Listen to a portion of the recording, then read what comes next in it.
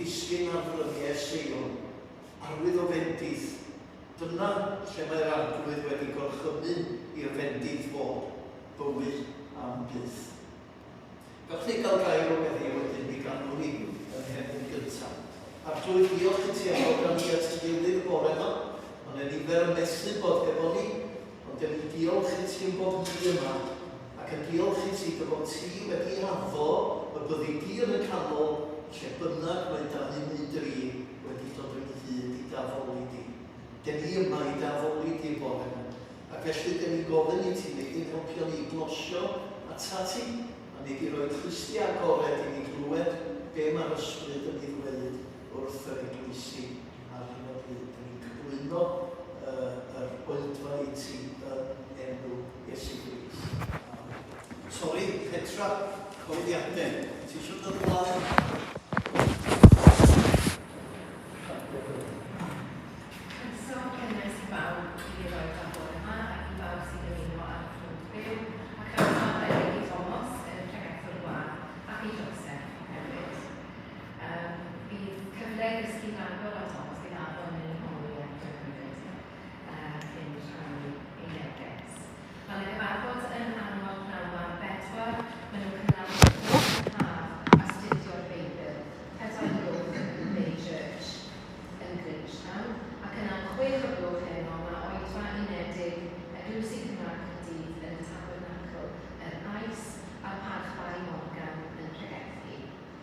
Di Sul nesaf mae oedfa tore am hanner awr wedi 9 yn Main Street gyda Dylan Rhys Parry ac yna am 3 o'r gloch nawr mae yna wrthon heddiw o'r enw Aaron Jones gyda ni y Sul nesaf.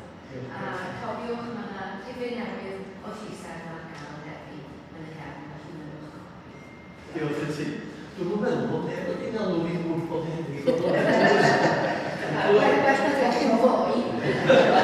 Oes ti'n eisiau? Gadwch ni ganu fy sefyll, sori, ganu fy Iesu wahanol.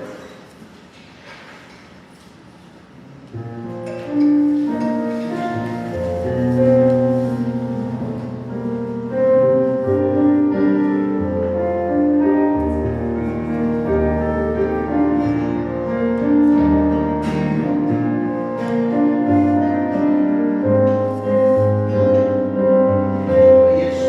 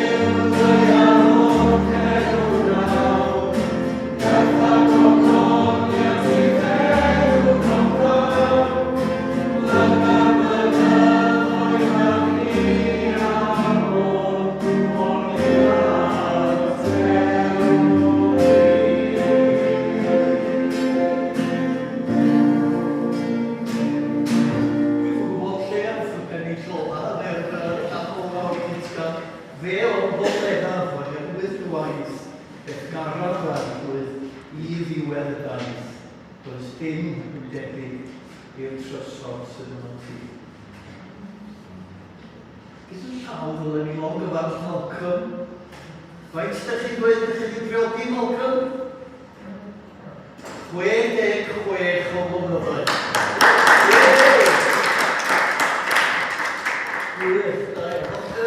Thomas, ti'n dod i dynabod ni well. Nawr te, wyt ti'n gweithio Caerphilly ar y bryd? Dwi'n meddwl bod fi'n gweithio. O, na ni. Llun o gaws yn tu ni ydi nhw. Pwy ydych chi'n meddwl sydd wedi dorio a'i gyntaf o? Neu hi fel e. Oedden ni'n deffro'n aml yn tu ni ac yn mynd i mewn i'r ffridge ac mi roedd e'n gaws ac hoel dannedd yno. Yn dod Seren? Ai oherwydd y caws nes di lawr i Caerphilly? Na, ddim gweud. Mae Caerphilly cheese sauce yn y diwedd y fus yna, dwi'n edrych o maen i fod yna. Sy'n o'n mi fynd e. Ond nes i symud lawr, dwi wedi gwneud swydd newydd, mudiad yn y clwb 757, sydd yn mynd mewn i ysgolion lleol Caerphilly yn rhannu'r rhaenil. Yn lot o beth gwahanol, so dyna'n meddwl dwi lawr. Ac wyt ti lawr ers faint Davies? Ie, nes i symud lawr Mehefin y gyntaf, so chydig i siwr lawr. Felly mae'n gynnar iawn. Mae'r gwaith mawr yn dechrau mis Medi. Ydy, mae yna push mawr mis Medi, a wedyn bydd y dolyg yn ei digwyddiad mawr o gyfer blwyddyn 2 yn dod mewn i Capelli i gweld Christmas yn Rapture o'r thema, so bydd yna lot o waith yn digwydd. Rhagofol. Wyt ti yn dod o Llanuwchlyn, ond ddim wedi dyfagu yle? Na, so nath fy rhieni dod yn byw yn Aberystwyth a wedyn i symud i Llandysul ac sy'n fy magu i Llandysul, ond fy ddod i ffydd tra bod fi'n byw yn Llandysul a wedyn ti'n dod Dyw yn gael yn wyth Llanuwchlyn, so pryd ni 8 oed, 9 oed, wedi symud yna a di mam ddechrau gweithio Coleg y Bala, so dyna ni lle mae fe ffydd i fod, wedi dod o wedi. Ond un o'r tîm sydd Coleg Bala wedi gwneud gwaith rhagorol dros y blynyddoedd efo pobl ifig. Dwi'n meddwl bod rhan fwyaf o'r bobl ifig sy'n arddel Iesu Grist, sy'n chi'n gofyn iddyn nhw be oedd yr trobwynt fawr yn ei bywyd nhw sy'n nhw'n pwyntio at Coleg Bala. Beth amdano ti? Sut ar y ti ddod i deimlo bod gyda ti angen credu Iesu Grist a wedyn dod i weithio dros Iesu Grist? Fel yn dweud, mae Coleg y Bala yn rhan mawr iawn o hynna, ond os ydych chi'n gwybod pwyntio y moment cyntaf yn teimlo'r ysbryd glân neu dod i ffydd. So fe wedi bod yn gwyl llanw pryd yn ei blentyn bach. Dwi'n cofio oedd yn criceth, dwi'n yn cofio hynny o'n pa flwyddyn oedd, oedd mam yn sefyll ar y llwyfan yn y ffrynt a ni'n edrych yna, waw, mam ar llwyfan a oedd e'n rhannu testimoni hi a gyd dwi'n cofio, os o'n i'n ifanc iawn, gyd dwi'n cofio di y syniad o bod angen gwahodd Iesu iddo chi am y berthynas personol a dwi'n cofio yn y chydig yn ei deall bod fi eisiau yna. A dwi'n cofio teimlo'r ysbryd yna, ers hynny sy'n dweud fy mod i wedi bod yn Gristion, ond wrth gwrs yn tyfu fyny, dwi'n dysgu mwy o beth yn meddwl, ond eisiau bydd e dan yn dysgu a gweddill yn mywyd i fi. Be oedd dy oed di bryd hynny? Dwi'n meddwl oedd yn tua fel 7, 8, 9 oed, oedd y tua ar un amser sy'n symud i'r Gogledd.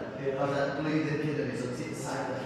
Dwi'n meddwl beth am dy deulu, mae yna 4 ohonoch chi fechgyn. Oes, mae gyda, mae mam gyda, dwi'n magu 4 mam a hefyd yn ein meithi 5 mam, so ti llawn bechgyn bechod o'r mam, ond ti llawn y boes a dwi wan yn gweithio yn Caerphilly mewn elusen Cysnogol, mae fy mrawd yn helpu yn yr eglwys yn Ffynnon, a mae mam meddwl, ydy'n dau arall wedi mewn bywyd o byd, os ydyn rhywun wedi cael swydd normal o'n tai. Ond dyna gyd ti cael di magu fi, ger Coleg y Bala ti cael yr eisiau i gallu cadw'r efegol a dych chi'n neud yna sy'n dod o hefyd, ond dyna'n gweithio i fi. A mae'n siŵr bod fi wedi rhannu rhywbeth am hyn yn nes blaen, ond nes di Japan yn flwyddyn diwethaf? Do, so o'n i'n gened yn Japan am flwyddyn, nes i ddod nôl mis Ionawr, so nes i graddio o Brifysgol yn Dyfed o wedyn symud i Japan, ond so o'n i yna gyda cynhadaeth yr enw OMF, sydd yn East Asia, dyna lle mae'n nhw I gyd. So, ie, yn un nes i siarad â chi wedyn, oedd o'n brofiad yn hwnnw dda. Os unrhyw beth sy'n gennych chi cwestiynau am hynna, dwi heb ateb yn ymwneud, please gwybod chi ar ôl i'n hapus iawn i siarad. Fe gen John a Bethan ddiddordeb, dyn nhw war I gwyliau. John am pryd oedd I? Ismail. Ismail. Ie. Felly. Oedd y pwyth, oedd ni'n rhywbeth arall o'n i wedi feddwl o fynd ti, ond mae'n oedd di blannu ar hyn o bryd. O, mi ddadaw e gond, na I ofyn yn es blaen. Gan mi jyst gael gair o weddi yn ti gyntaf, wedi o'n i hefyd hefo gilydd. Os yna rhywbeth ydych chi eisiau ni mobio yn arbennig y bore yma, rhywun? Na? Am fwy ar wylwyr I fi. Mae ni, Thomas yma yn arwydd o be all fod yn y Gymru Gymraeg. Gawch chi weddio, a'r plwydd, dyn ni'n diolch I ti am ddod â ni at ei gilydd I ddafolu di'r bore yma. A dyna dyn ni eisiau gwneud, dyn ni eisiau ddafolu di. Dyn ni'n eisiau just mynd trwy wasanaeth am bod ni wedi gwneud hynny o syl I syl ar hyd y blynyddoedd. Dyn ni eisiau dod yn agos at y ti. Dyn ni eisiau teimlo dy bresenoldeb di gyda ni. Dyn ni eisiau profi rhywbeth o gyffyrddiad yr ysbryd glân. Bydd yn gwneud ni ac yn galluogi ni I dyddilyn ni ac yn wasanaethu di'n well. Dyn ni'n cyfadde I ti ar blwydd yn bod ni wedi bysioni di sawl gwaith. Dro ar ôl tro, dyn ni'n cael yn hunain yn baglu ac yn methu ac yn gwneud ac yn dweud ac yn meddwl pethau na ddylen ni gwneud a'i dweud a'i meddwl. Ac eto, mi rwy ti yn dy gariad, wyt ti'n codi ni nôl ar yn traed. Wyt ti'n hannog ni I symud yn ymlaenau, I edrych i'r dyfodol a peidio poeni am yr hyn sydd wedi digwydd a pethau falle gynnon ni gwylydd ohonyn nhw yn y gorffennol. Felly, dyn ni'n gofyn I ti y bore yma. Nid i'n helpio ni fel cynulleidfa, nid i'n helpio ni fel eglwys I edrych ymlaen i'r dyfodol. Dyn ni'n diolch I ti am Thomas a'i ffrindiau, a bobl ifanc I gyd sydd wedi mynd trwy goleg y bala ac wedi cael profiad wirioneddol o dy bresenoldeb di ac o nerth yr ysbryd glân. A dwi'n diolch I ti dy fod ti wedi galw Thomas I ddod I lawr I Gaerffili, I weithio ac I fynd I mewn i'r ysgolion I rannu'r newyddion da Iesu Grist. Ac yn gofyn I ti, wneud I lenwi o ar ysbryd glân o ddydd I ddydd, a'i alluogi o arglwydd I fod yn sensitif I arweiniad y lan ysbryd I. Pan fydd o'n siarad efo pobl ifanc, y bydd y geiriau cywir yn dod allan, y bydd o'n dweud yr hyn I ti am iddo fo ddweud. Oherwydd dyn ni'n cydnabod yn y pen draw ar glwydd fedrwn ni droi neb at Iesu Grist. Dim ond dy lan ysbryd I gweithio trwy ni a gwneud hynny. A felly dwi'n gweddio y bydd yr eglwysi sydd yn cynnal Thomas yn y gwaith yma yn cael ei bendithio ac y byddan nhw'n parhau I gyfrannu'n hael tuag at gyflogi Thomas I wneud y gwaith yma yn ardal Caerffili. Dyn ni wedi gyflwyno fo arglwydd yn dyner I ti yn Iesu Grist. Ac wrth feddwl am bobl ifanc yn dod I ffydd, dyn ni yn gweddio bydd nifer dda o'i plith nhw yn codi ac yn cyflwyno hunain, yn cysegru hunain I dy wasanaethu di fel arweinwyr, fel efeglwyr, fel gweinidogion, yn ddynion ag yn ferched arglwydd. Dyn ni'n gweddio byddi di yn cyffwrdd llawer o'r bobl ifanc. Nifer dda ohonyn nhw wedi cael eu cyffwrdd ac wedi bod trwy goleg y bala a trwy gynhadledd llanw ac yn y blaen. A dyn ni yn gofyn I ti, wneud I berri bod yr had yna sydd wedi rhai yn ei calonau yn dwy'n ffrwyth yn ei bywydau. A mae hynny'n harog I rwan ar drwydd wrth feddwl am bobl ifanc. Dyn ni'n gweddio dros Alun yn gwneud gynllunau sydd yn cael cyfnod rhyw hoi bach rwan dros y par. Ac yn diolch i ti i fod o wedi bod yn wneudog i Iesu Grist am 20 mlynedd, am 40 o flynyddoedd. A'i fod o wedi dechrau pan oedd o'r 1 oed a gyda Thomas rwan. Felly, dyn ni'n gweddio dy bendith di dros o fo hefyd ar drwydd a Vicky. A dyn ni'n cyflwyno gwylym yn Alex ti hefyd wrth iddyn nhw ddisgwyl babi cael ei enni yn ystod yr falle dyddiau wythnos neu ddwy nesaf. Dyn ni'n gofyn i ti wneud i hamddiffyn nhw a'i cynnal nhw a'i nerthu nhw fel rhieni pan ddaw y plentyn bach. Clyw weddi felly dyn ni'n cyflwyno'n hunain ac yn cyflwyno'n hoedfa i ti rwan yn enw ac yn hyddiant Iesu Grist. Amen. Iawn, gadw ni emyn arall wedyn. Emyn o'n darlleniad sy'n o'n i fod. Na i wneud y darlleniad, fi o darllen o. Cyntaf Corinthiaid penod 12, adnod 12-31. Mae'r corff, a sôn am yr eglwys mae Paul yn o'na. Mae'r corff yn uned, bod iddo lawer o'r rannau gwahanol, ac mae'r holl rannau gwahanol gyda'i gilydd yn gwneud un corff. Dyna'n union sydd mae hi gyda phobl y Mesia. Cawson ni gyd yn bedyddio gan yr un ysbryd i berthyn i un corff. Ddewol na phobl o genedloedd eraill, cais wisio na ddinasyddio clir. Cafodd pob un ohono ni yfed yn helaeth o'r un ysbryd. Dydy'r corff ddim i gyd yn un fath. Mae fel lawer o wahanol rannau. Petai troed yn dweud am nad ydw i'n llawn, dwi ddim yn rhan o'r corff. Byddai'r droed honno'n peidio bod yn rhan o'r corff, wrth gwrs ddim. Neu petai clust yn dweud am nad ydw i'n llygad, dydw i ddim yn rhan o'r corff. Byddai hi yn peidio bod yn rhan o'r corff wedyn? Na. Byddai'r corff ddim yn gallu clywed petai ddim byd o'n llygau. A petai ddim byd o'n clustiau sydd byddai'n gallu arogli. Dyw sydd wedi gwneud y corff a rhoi pob rhan yn ei le yn union fel roedd yn gweld y dda. Petai pob rhan o'r corff yn un fath ei gilydd, byddai'r corff ddim yn bod.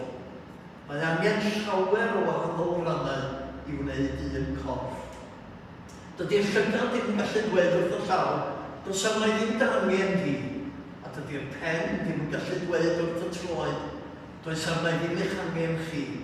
Yn hollol fel arall mae'r rhannau hynny o'r corff sydd yn ddangos lleiad bwysig yn gwbl hanfodol. Mae angen dangos gofal arbennig am y rhannau hynny sydd ddim yn amlwg. Y rhannau preifat y corff yn cael gwys i'w cuddio olwg bobl mwyn bod yn weddill. Oes dim angen triniaeth sbesial felly ar y rhannau sy'n amlwg. Ac mae Duw wedi rhoi'r eglwys at ei gilydd fel corff ac wedi dangos gofal arbennig am y rhannau oedd ddim yn cael ei anrydeddu yn ei edrych ar hwnna. Mae'r corff i gyd yn rhannau arbennig. Chi gyda'ch gilydd ydy corff y Mesia, ac mae'n pob unigolyn yn rhan o'r corff hwnnw. Yn ei eglwys, mae Duw wedi penodi ei gynrychiolwyr yr apostolion y dirnau. Yn ail proffwydi ac yn drydydd athrawon. Yna rhai sy'n gwneud gweithiau, rhai sy'n cael domiau i achau, rhai sy'n helpu eraill, rhai sy'n rhoi cyngor ac arweiniad, a'r rhai sy'n siarad ieithoedd dieithr. Ydy pawb yn gynrychiolwyr personol i'r Mesia? Ydy pawb yn athrawon? Ydy pawb yn gwneud gweithiau? Ydy pawb yn gwneud i achau? Ydy pawb yn siarad ieithoedd dieithr? Ydy pawb yn gallu esbonio beth sy'n cael ei ddweud? Wrth gwrs ddim. Ond ceisiwch yn drwg y domiau hynny sy'n gwneud mwyaf o les. Dyna ddarlun hyfryd o'r eglwys yn dydi pob un ohono ni wahanol, rhai fwy amlwg na'i gilydd, ond gwaith pawb yn bwysig i allu o'r eglwys i wneud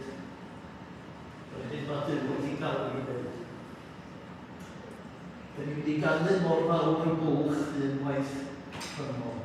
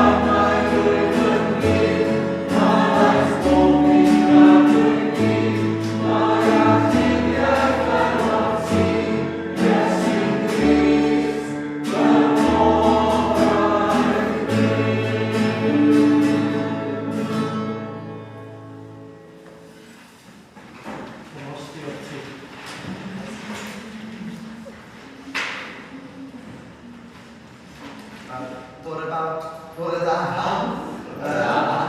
Diolch eto am gadael fi fod yma, mae'n bleser gallu dod i'r pregethu. Dwi'n nes i gofyn i Anfon am y thema fi i'r pregethu, nath o dweud i fi pregethu. Be bynnag dwi'n teimlo fel mae Duw yn rhoi ar fy nghalon eisiau rhannu fe Eglwys Cymru. So, no pressure. Na, mae'n bleser i na. Fel be dwi'n gwybod pregethu ar heddiw ydy'r adnodau dyn ni wedi bod yn myfyrio, sef bod yn un horff yn Crist, a dyna chydig o'r lluniau sydd wedi cael ei ddefnyddio yn y pregeth nes ymlaen, felly weld yn meddwl wedyn.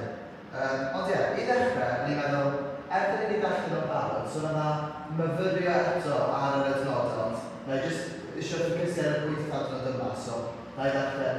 Mae'r corff yn uned, bod iddo lawer o rannau gwahanol, ac mae'r holl rannau gwahanol gyda'i gilydd yn gwneud un corff. Dyna'n union sut mae hi gyda phobl Meseia. Cawson ni gyd ein bydyddio gan yr un ysbryd i berthyn i un corff. Yn Iddewon a phobl o genhedloedd arall, ceithweision a dinasyddion rhydd. Cafodd pob un ohono ni yfed yn helaeth o'r un ysbryd. Dydy'r corff ddim i gyd yn ei fath, mae iddo lawer o wahanol rannau. Byddai'r troed yn dweud, a nad ydw i llaw bydd yn y rhan o'r corff. Byddai'r troed honno'n peidio bod yn rhan o'r corff? Wrth gwrs dyn, neu byddai'r plith yn dweud, a nad ydw i'n llygad bydd yn y rhan o'r corff. Byddai'n peidio bod yn rhan o'r corff wedyn? Na. Byddai'r corff ddim yn gallu clywed byddai'n ddim byd o'r llygad, a byddai'n ddim byd o'r chlystiau, sef byddai'n gallu arogli. Dyw sydd wedi gwneud y corff. Bob rhan yn ei le, yn union fel roedd e'n gweld yn dda.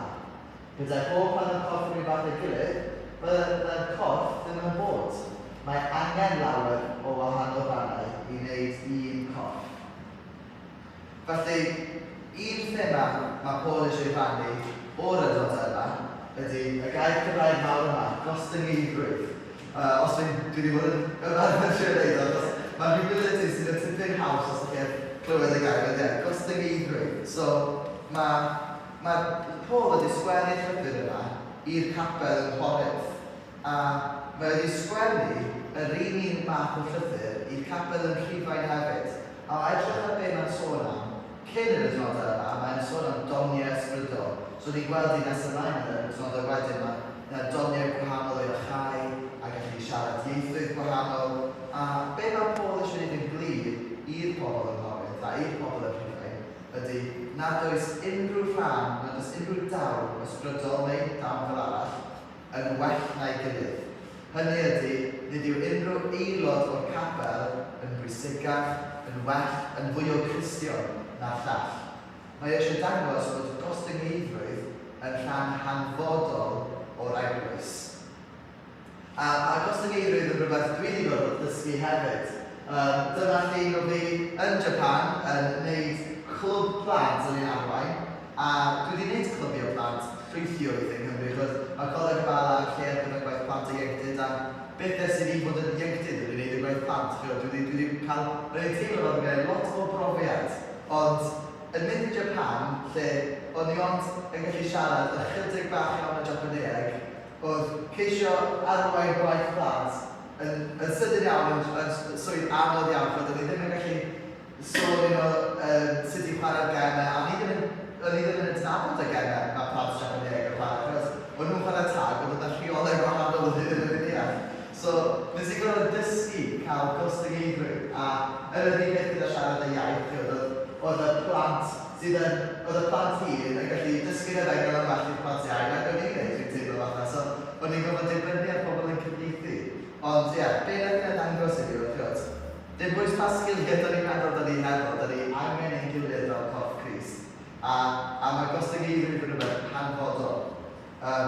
Ond, dwi ddim yn mynd i ffocysu ar yr ochr yna o be mae Paul yn siarad am yn y llyfr hyn.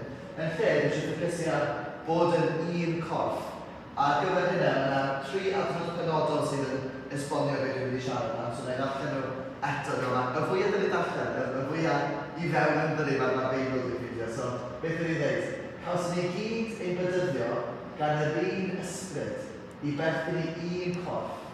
Yn Iddewon a phobl o genhedloedd arall, caethweision a dinasyddion rhydd, cafodd pob un ohono ni yfed yn helaeth o'r ysbryd.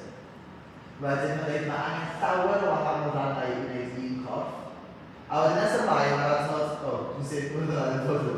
Chi gyda'ch gilydd ydy corff Meseia, ac mae pob unigolyn yn rhan o'r corff Cristnogol.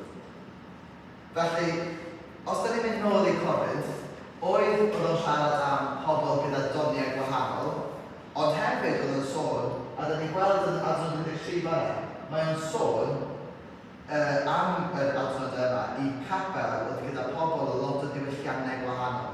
Achos oedd Corinth, da chi'n gweld Corinth yn hama, oedd o rhwng dau porthbad yn wrth ymyl dau rhan gwahanol o'r Rhufain, o'r Empire, felly. A beth yn y meddwl oedd Corinth yn lle, lle mae llwythi o pobl gwahanol, o masnachwyr yn felly yn dod o ddiwylliannau gwahanol, yn dod at ei gilydd. A felly mae'n debygol iawn fod y capeli ar y bryd yn Corinth yn dod gyda lot o diwylliannau gwahanol. Felly, nid yn unig eisiau dangos bod ni gyd yn rhan o un corff o ran dim bwys o doniau mae Paul eisiau dangos.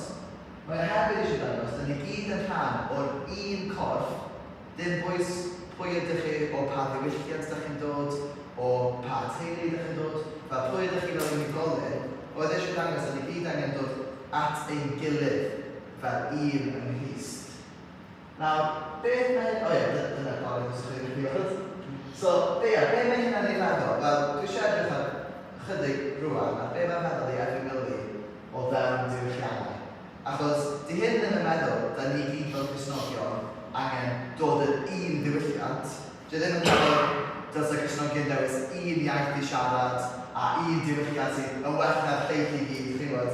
Mae o'n meddwl da ni gyd yn gallu bod yn Cristnogion o fewn ein diwylliant, a da ni'n un dros ben y diwylliant. A da ni'n gweld hynna o hanes gynhadol. Nawr, mae Cymru gyda hanes o gynhadol, gyda ni hanes da iawn, llwythio gynhadol wedi dod o Cymru. A dwi'n cofio yn y brifysgol, nes i sgwennu treiglawd ar yr eglwys yn Mizoram yn India. A oedd yna lot o gynhadol o Cymru wedi mynd i Mizoram. A ni'n edrych ar beth oedd cael Mizoram ddod i ffydd. Does am lot o Cristnogion yn India fel arall, os chi'n edrych ar y poblogaeth. A nes i gweld un dyfyniad gan rhywun yn Mizoram yn y pryd yn dweud, Cristnogion gwyn ar Cymru, oedd y pobl cyntaf o'n nhw wedi gweld, oedd y pobl gwyn yn cario suitcases eu hunain. Chod, wnaethon nhw'n penderfynu fod yn ostenedig a mynd yn rhan o'r diwylliant, a wnaethon nhw'n penderfynu dysgu iaith y Mizo a pregethu yn iaith y Mizo, lle ar yr adeg yna, oedd yna lot o gynhadol oedd yn dysgu Saesneg i pobl arall a wedyn yn pregethu yn Saesneg. So, i fi, beth dwi'n gweld ydy, pryd yn edrych ar gynhadol, y gynhadol sydd wedi cael lot o effaith blongrwydd yn aml, ydy rhai sydd wedi bod yn barod i parchu diwylliant a derbyn diwylliant a efengylu o fewn y diwylliant. Nawr, dwi'n ei sôn gyda Arfon, oedd hi yn Japan am flwyddyn, gyda OMF. A nath OMF cael ei gychwyn gan y dyn yma enw Hudson Taylor. A oedd Hudson Taylor wedi mynd i China, China Inland Mission yr enw OMF yn gorffennol. A oedd gen fe y pwynt nath wneud o'n controversial iawn yn ystod ei oes, sef nath o'n cymryd enw Tsieineeg, a fel ydych chi'n gweld gwisgo dillad Tsieineeg a pregethu yn Tsieineeg. A oedd hynny'n ystod adeg, lle oedd Prydain yn cymryd dros China a lot o lefydd arall, a nhw'n dweud, dylsech chi ddim wneud eich yma, dylsech chi fod yn Brydeiniwr a pregethu fel Brydeiniwr. Ond, be nath Hudson Taylor dweud ydy, dyfyniad yma. Let us, in everything not sinful, become like the Chinese, that by all means we may save some. So fe ydy ffeindio, pryd oedd yn pregethu, oedd y pobl Tsieineeg ddim eisiau... Dwi eisiau bod yn Brydeiniwr, dwi ddim eisiau bod yn rhan o'r diwylliant chi. Ond oedd o'n dweud, dwi eisiau bod... Mae Cristnogaeth yn rhywbeth dros bob un diwylliant, a dwi eisiau dangos yna. So dyna pan gwneud eich yma, a mae o wedi cael ei... Mae'r quote yma gan o wedi cael ei ysbrydoli gan 1 Corinthians 9:20, lle mae o'n dweud, dwi'n siarad yn y ddewon fel Iddew, mwyn gallu ennill yn y ddewon. Gyda pawb sydd yn cyfraith Moses, dwi'n siarad fel sydd yn y cyfraith. Gyda rhai sydd ddim yn y cyfraith Moses, dwi'n siarad fel sydd heb y cyfraith, mwyn ennill yn y cyfraith. Dwi'n ymieithu gyda rhai sydd fan, mwyn ennill y gwan. Dwi'n gwneud fy hun yn pob peth I bawb, mwyn gwneud hi'n bosibl, popeth sy'n bosibl I achub pobl. Felly, be mae Paul yn dweud yn fama ydy, mwyn gallu efengyliad, mwyn gallu mynd at unigolion a rhannu Crist, mae o'n bwysig iawn bod chi'n barod I uniaethu a bod yn rhan o'r diwylliant nhw. Wrth gwrs, fel mae Peter Taylor yn ychwanegu, in everything not sinful, os ydych chi ddim wneud pethau sydd yn bechadurus mwyn gallu uniaethu efo pobl. Ond, uniaethwch efo pobl gymaint â chi'n gallu, be mae Peter Taylor eisiau gwneud. A mae hwnna'n rhywbeth dwi wedi gweld sy'n bwysig iawn. Dwi'n meddwl, wel, I rhai sydd ddim yn nabod fi, dwi'n or-wyr I Gwynfor Evans. So, mae Cymru yn rhywbeth sy'n arwain halon yn ddaw iawn. Dwi'n sy'n eitha bobl bod fi'n mynd I Japan, ffrindio fi'r ysgol, yn dweud, chi'n gwybod, sy'n ni beth ni'n meddwl sydd wedi, achos os dwi'n meddwl am Thomas, y beth gyntaf dwi'n meddwl ydy Cymro. So, dwi yn Cymro I cadw, wrth y modd dwi'n cael Cymru, a dwi'n meddwl yn syni, ond dwi'n meddwl rhywbeth dwi'n gallu bod yn anodd iawn wneud, a dwi'n meddwl siŵr os mynd yn wir I Cymru arall ydy, roed Crist uwch ben Cymru. Dwi'n meddwl pryd nath yn heili ddod I ffydd, oedd wneud Crist fel beth sydd yn sylfaenol yn ei hunaniaeth dros ei hunaniaeth o Cymro, neu Cymraes, oedd hwnna'n step mawr iawn yn y ffydd, achos dwi wrth y modd gyda Cymru. Ond, mwyn gallu mynd I Japan, os ydym wedi mynd I Japan fel Cymro, wel nes I, ond os ydym wedi mynd yna yn disgwyl I nhw wneud y holl bethau yn ei wneud fel y Cymru, bwyd ar bwyd Cymraeg, neu dechrau bob I sgwrs yn siŵr cysylltu chi efo rhywun arall, ond y beth o'r Cymru wneud. So ddim wedi gweithio, mae'n bwysig iawn bod ni'n barod I edrych mewn I diwylliannau arall, mwyn gallu efengyliad hwn o'r diwylliannau arall. A mae Cristnogaeth, os ydym edrych ar diwylliant Japan, mae o'n ddiwylliant wahanol iawn. Felly efengyliad yna yn meddwl gorau bod yn wahanol iawn. So, enghraifft, pryd ydych chi'n edrych ar cynhadaeth, maen nhw'n dweud, os oes canran poblogaeth y wlad yn llai na 200, yna mae o'n unreached area. So os mae'r poblogaeth y wlad yn llai na 200, achos be mae'n feddwl ydy, maen nhw wedi gweld nid yw'r Cristnogaeth yn gallu cario ymlaen yna yn ffynnu heb hwnna Cristnogion o wlad arall yn dod fewn yn helpu. So 200 ydy'r ystadeg yna. Nawr mae poblogaeth Cristnogol Japan yn 0.7%. Felly nid oes lot o Cristnogion yn Japan o gwbl. A da chi'n gallu gweld hynna yn y diwylliant. Wnaeth pobl cael, wnaethon nhw cael priodas mewn steil Cristnogol, ond wnaethon nhw cael angladd gwdaeth, a wnaethon nhw'n mynd I shrine Shinto bob un blwyddyn. So maen nhw'n ymwneud gan chwythu crefyddau gwahanol, ac yn ei diwylliant nhw, dyd hynny ddim yn rhywbeth rhyfedd. Mae'n chwythu o bethau, meddwl am pechod fel rhywbeth fwy na llofruddio, hefyd mae'r gair ar gyfer pechod yn Japan. Dwi'n ddim yn meddwl beth ni'n ystyried o pechod. Mae yn ystyniad o un Duw yn rhywbeth hollol estron I pobl Japaneeg yn aml iawn. Felly, os ydyn ni wedi mynd yna a defnyddio'r termau yma I gyd, so fyddi mynd syth dros ben efo, achos dio ddim yn gweithio. Felly, y step cyntaf o gallu efengylu diwylliannau gwahanol ydy cael ychydig fwy o dealltwriaeth o'r diwylliannau. A nawr, oedd hwnna ddim yn rhywbeth oedd gan ei lot o brofiad I wneud allan i'w chlyd, I fod yn onest. Ddim yn lot o diwylliannau gwahanol yn diwylliannau, ond mae Caerdydd yn rhywle sy'n gyda llwythi diwylliannau, sy'n hyfryd dwi'n meddwl. Mae'r llun yna, mae'r llun sy'n cael ar Google yn dangos hanes Caerdydd gyda fel un o'r llefydd gyda'r fwyaf o diwylliannau gwahanol yn Rhydain. Mae wastad I gael. Mae gen o'r hanes da o derbyn pobl. A felly hwnna'n gyfle I ni fel capel I gallu edrych. Nawr, mae hwn yn llun nes I cymryd o fi yn Caerdydd chydig wythnosau nôl. O'n I mewn barbecue gyda Cristnogion o Japan sydd yn byw yng Nghymru.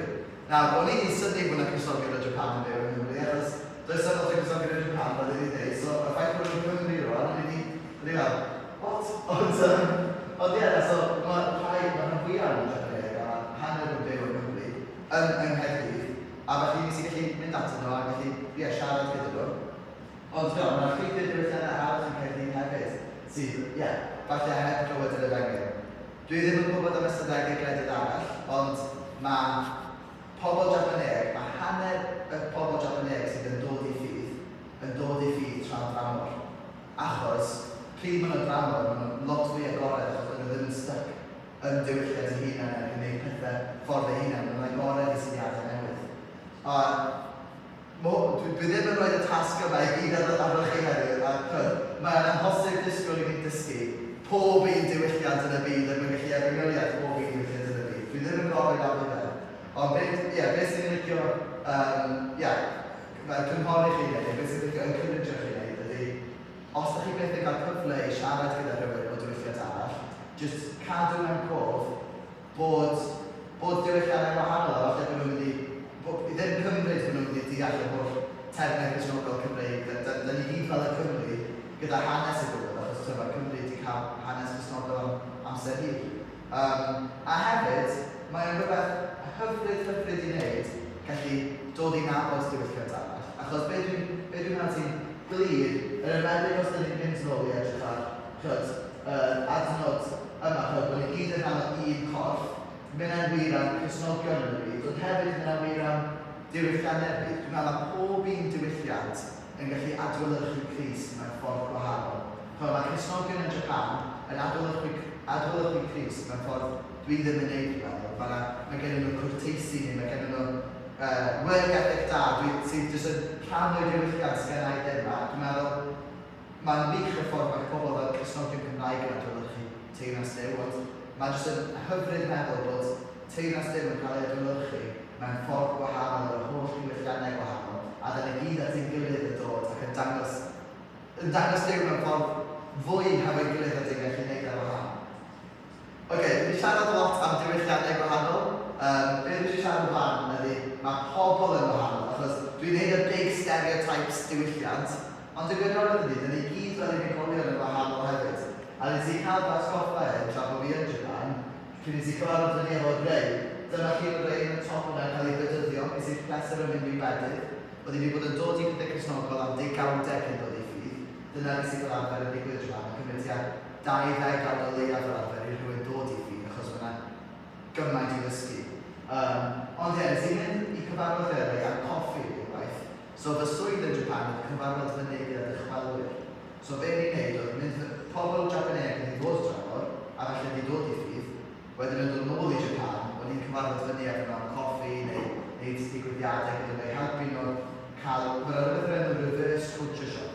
So dwi'n gallu dod nôl i'ch lladd i'ch hunain, ac yn meddwl bych chi'n iawn, yn aml o'ch chi'n dod. So nes i cyfarfod fyny efo rei yn coffi, a dwi'n hoffi siarad, os ydych chi heb sôn yn ôl, fydd Joe yn gallu gytuno gyda fi asar, a dwi yn hoffi siarad, dwi'n gallu siarad am oesoedd. A felly, ni'n cyfarfod yn ymwneud â'r rei a ni'n eisiau siarad, nes nath na 5 neu 6 awr pasio erbyn ni orffen. A nes i ddod adre, a be'n aml iawn yn ei wneud dwi'n mynd cerdded adre, ar diwedd y ddydd. O'n i'n meddwl dros pob un interaction o'n i wedi cael, meddwl, nes i wneud yn steg diwylliannol fan'na, o'n i wedi camgymryd rhywbeth yn ysgwyd. Dwi dal yn mynd i deall diwylliant Japan yn iawn, dwi byth yn mynd i. Ond o'n i'n meddwl dros, o'n i wedi aros yn real, lot rhy hir fan, a ni'n siarad, oedd yna unrhyw social cues yn wedi dweud bod fi angen gadael a bod fi am sylwi fel, ydw fi offendio hyn, achos nid yn y dweud, sy'ch chi'n gallu pechu rhywun Japaneg, a sy'ch chi byth yn gwybod, achos maen nhw mor gwrtais, maen nhw'n byth dweud sy'n byd. So o'n i fel, nes i offendio rei, ydy'n flin efo fi. So ia, o'n i'n poeni, nes i fi mynd i pobi y diwrnod wedyn yn tŷ un o'r ffrindiau Cristnogol, Liz a Mike sy'n y llun yn y cam o fan, a nhw o Prydain, ond nhw'n wedi byw yn Japan yn dros dechrod. A nes i gofyn i nhw, oedd y coffi o'r rei ddwyl o'n 5 awr, oedd yna ormod o beth sy'n neud, a nes nhw'n dweud, pai ffoi ni, mae'n rei yn hoffi siarad gymaint y ti. Dyna dweud hefyd, a neud i wneud os eisiau gadael, neud i meddwl am ysgol. So chi bod, oedd gennym o'r stereotypes Japaneg yma, ond rei ydi rei, a mae hi'n hoffi siarad fel fi, a oedd hi'n mwynhau y sgwrs. A dyma ni wedyn yn mynd dolyg am y gilydd i gweld corolau, so oedd hi'n yn y sal ofyn fi, oedd hi'n dal i gwrdd fyny, so dyna neis. Ond ie, oedd hwnna'n rhywbeth yn atgoffa fi bod unigolion i gyd yn wahanol hefyd. Ddim jyst y diwylliannau, ond bod pobl i gyd yn wahanol. So So felly, pryd dyn ni'n edrych ar sut dyn ni fod fel un corff yn Grist yn yr eglwys, mae'n bwysig cofio bod ni gyd yn wahanol. So, os ydych chi yn cyfarfod rhywun yn diwylliant arall, gallwch chi cadw'r stereotypes mewn cof, ond hefyd cyfarfod nhw fel yr ydyn nhw.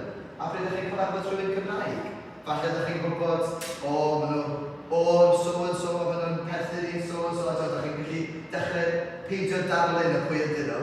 Ond hefyd, mae'n bwysig gallu dod i'n nabod nhw fel ydyn nhw fel unigolyn, a dwi'n siŵr ydych chi'n dda am wneud hynny. Ond oedd hwnna'n symud oedd taro fi, pryd ydyn ni'n edrych ar un corff yn Grist. Nid yn unig mae pob un diwylliant yn adlewyrchu Crist mewn ffordd gwahanol, ond mae pob un unigolyn yn gallu adlewyrchu Crist mewn ffordd gwahanol. A dwi'n meddwl yn rhywbeth mor hyfryd. Mae'n mor neis bod ni gyd yn y perthynas gwahanol efo Crist, a bod ni'n gallu rhannu amdano fo mewn ffordd gwahanol. So, dwi wedi siarad lot am pobl i gyd yn wahanol hefyd. Beth sy'n wedi siarad am nawr ydy y ffaith bod capeli i gyd yn wahanol. So, dwi wedi bod yn Caerphilly nawr, ers chydig eisiau fel nes i sôn, a be nes i gweld oedd bod y capeli yn Caerphilly yn wahanol. Dwi wedi bod yn mynd i capel gwahanol bob dydd Sul i ffeindio lle mae fy nghymuned i. Dwi wedi bod yn mynd i gweld y Wesley Methodists neu Pentecostal, mae yna'r holl enwadau hyn i gyd. A be dwi wedi ffeindio ydy, bod nhw'n wahanol, dyn ni gyd yn un corff yn Grist. A be sydd wedi bod yn hyfryd yng Nghaerffili ydy, mae yna undod rhwng yr eglwysi yna. So, mae'r llun yma ar y top chwith. Mae yna'n llun, mae yna rhywun o America wedi gwneud sydd wedi dod i helpu yng Nghaerffili flwyddyn yma. A mae wedi rhoi yn capeli gyd ar ei gilydd, achos mae eisiau gweddio dros y 9 capel yma.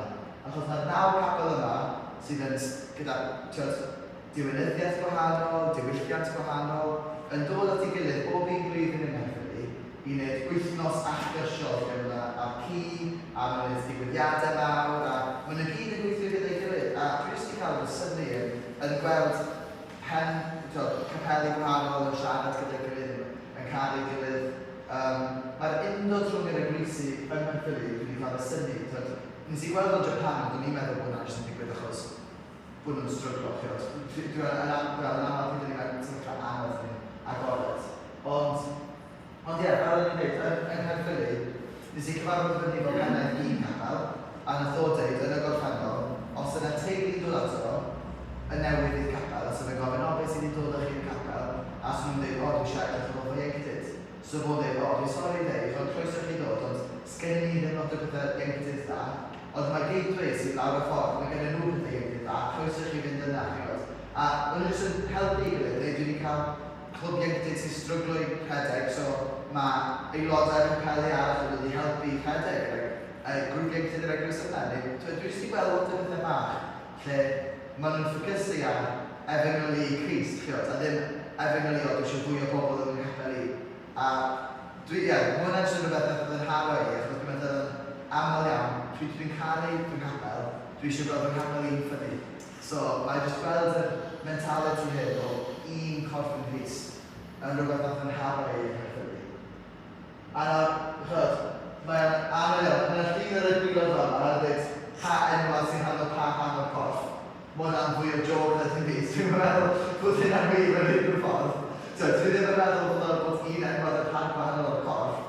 Beth ydy o'r fwy ydy, bod yr enwadau gwahanol, da ni gyd yn gallu dod at ein gilydd yn adlewyrchu Crist. Da ni gyd yn caru Duw, da ni gyd eisiau gweld pobl yn caru Duw. So mae hwnna'n rhywbeth sy'n gallu uno ni. A wrth gwrs, bydd angen i chi fel unigolyn rili, dibynnu achos wneud pobl gwahanol cael debates gwahanol am pwy sydd yn Gristion neu yn ddim. A dwi ddim yn mynd i siarad am yna achos yw'n cyfro. Ond, rili, sy'n ni'n dweud, os ydych chi'n mynd nôl yn hanesyddol, oedd gennym ni y llun ar y top yma gyda chi Nicene Creed. Pryd oedd y Cristnogion i gyd dod at ei gilydd chydig o canrifoedd ar ôl Crist a penderfynu beth oedd yn y Beibl. Ond hefyd, wnaethon nhw sgwennu ethos fi, wnaethon nhw datganiad fi, dyma be mae Cristnogion yn ei credu. A mae o'n sôn am y Drindod, mae o'n sôn am credu fel Iesu fel Duw, a pethau sylfaenol yna, ac i fi bersonol, dwi'n meddwl, os mae capel yn credu yn y pethau yna, i fi maen nhw'n rhan o'r corff Crist. A na hwnna'n rhywbeth, dwi ddim eisiau rhoi hynna arnoch chi, ond sy'n ni'n licio, jyst ein cynrydio chi i pryd ydych chi'n cyfarfod enwadau arall, gweld nhw fel corff Crist, gweld nhw fel un, fel yn rhan o'ch chi hefyd. Achos dwi'n meddwl, gyda'n gilydd ydych chi'n gwneud lot. Dwi'n yn siŵr os ydych chi'n gweld, os ydych chi wedi edrych ar y census yng Nghymru, a canran cysnogaeth yng Nghymru, mae'n mynd lawr bob un degawd, so dwi'n meddwl, yn y flwyddyn 2000 oedd o'n 70% yn rhywbeth, yn 2010 oedd o'n 40%.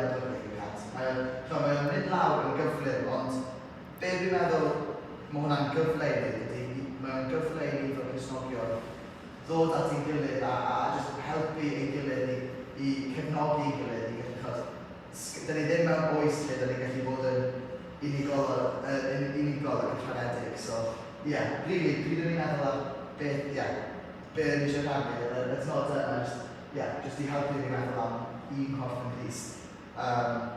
So, beth am i ni weddio i gloi? O Arglwydd Dad, diolch yn fawr iawn bod ti'n caru ni gyd fel unigolion. Diolch bod ti'n caru ni gyd fel capeli, diolch bod ti'n caru ni gyd fel yn ein diwylliannau. Dwi'n gwybod Arglwydd bod ni'n gallu gweld ei gilydd fel un corff yn Crist hefyd. Diolch bod hyn yn rhywbeth da ni'n neud yn barod Arglwydd. Diolch bod ni'n neud hynna mudiadau, da ni'n cael yng Nghymru. Diolch bod ni'n neud hynna pryd da ni'n mynd i gleddyr arall i gynhadu. A diolch Arglwydd bod ni'n neud hynna pryd da ni'n croesawu pobl newydd i capeli. Dwi'n sy'n gwybod Arglwydd bod hynna'n rhywbeth ti'n gallu helpu ni i cadw ymlaen i wneud. Bod y ysbryd glanti sy'n yn rhan o pob un Cristion yn ei fath yn un sy'n gallu helpu ni i wneud cysylltiadau gyda Cristnogion arall. Amen. Gwych, diolch i ti Thomas. Thomas yn dweud bod o'n mwynhau siarad, da ni'n mwynhau gwrando. Gwych. Cofies i fi oedd y gwestiwn o'n i'n mynd i ofyn i. Ti'n gallu siarad tan o le? Digon i cyfathrebu. Dwi ddim yn gallu gynnal sgwrs hir, na dwys, ond gallu cyfathrebu. Gwych. Wel, fedrwn ni ddim cyfathrebu o ti'n yn Japan Gwych. Mae'r hyn oedd Thomas di rannu, gymaint o her i ni dydy. O'n i'n meddwl wrth i ti rannu, Thomas, yn yr eglwys newydd yma, mae'r eglwysi adeg y Pasg yn mynd o gwmpas y pentre yma i gyd efo'i gilydd ac yn cynnal gwasanaeth byr ym mhob eglwys. A falle dylen ni feddwl mwy sut fedrwn ni gydweithio mwy efo'n gilydd. Mae'n dda iawn yn wneud, wedyn mae'n ffrind mawr efo'r tad pabyddol weithiau, dyn ni'n poeni bod nhw'n gyd roi nôl. A gadael ni, ond gwych iawn, diolch i ti. Dyn ni'n falch bod ti wedi dod i'r rannu efo ni heddiw. Dyn ni am canu emyn sydd yn sôn am yr eglwys, ein tad teyrnasad i yn ein calonau ni, eglwys i ni, rhwng erth i ni nawr. Thank you.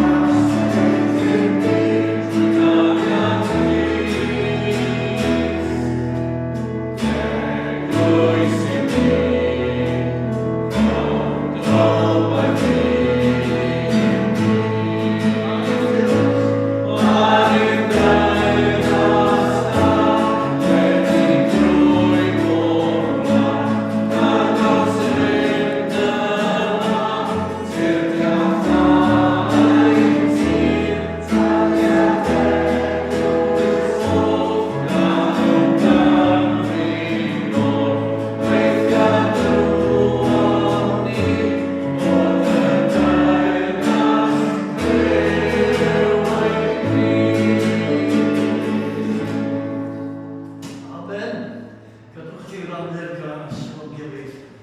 Gras sy'n arglwydd Iesu